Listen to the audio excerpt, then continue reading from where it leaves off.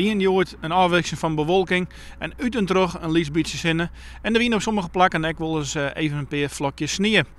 Ja, het is wat dat betreft nog echt winterwaar en het is koud. Joen en vannacht hebben we ook bewolking en ook opklarings. Net zo heel volle opklarings. En als ze komen, dan kan het ook mogelijk min 3 of min 4 worden. Dat heb ik dan steen van het zuidoosten van Friesland. Meer aan de noordelijke kant van Friesland houden we denk ik de meeste bewolking. En dan heb ik een sneeuwvlokje steen in het waardgebied. Temperaturen daar van zo'n min 1 of min 2. De wind bloot zwak tot matig uit het noordesten. Morgen hebben we ook weer die noordeestelijke wind, die wordt weer matig en vrij krachtig, dus weer koud en ook wel weer wat stevig. De temperaturen die komen correct even wat lager als Joert, zo'n min 1 en plus 1 maximaal. En dan hebben we erbij ook morgen de zinnen uit en terug erbij, maar dan in de middag ook wel weer wat meer bewolking. Ik verwacht je ook wel dat er weer gewoon is op een liets vlakje sneeuw.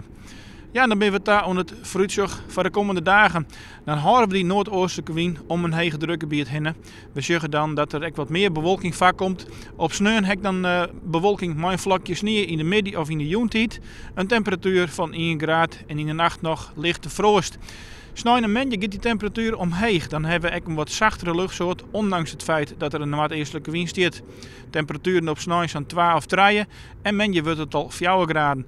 We houden nog wel de bewolking. Er kan ik uit en terug wat sneeuw komen, net al te volle. En zodat het nou staat, wordt het eruit droeg en ook nog weer wat warmer. Nog een overkeer verder.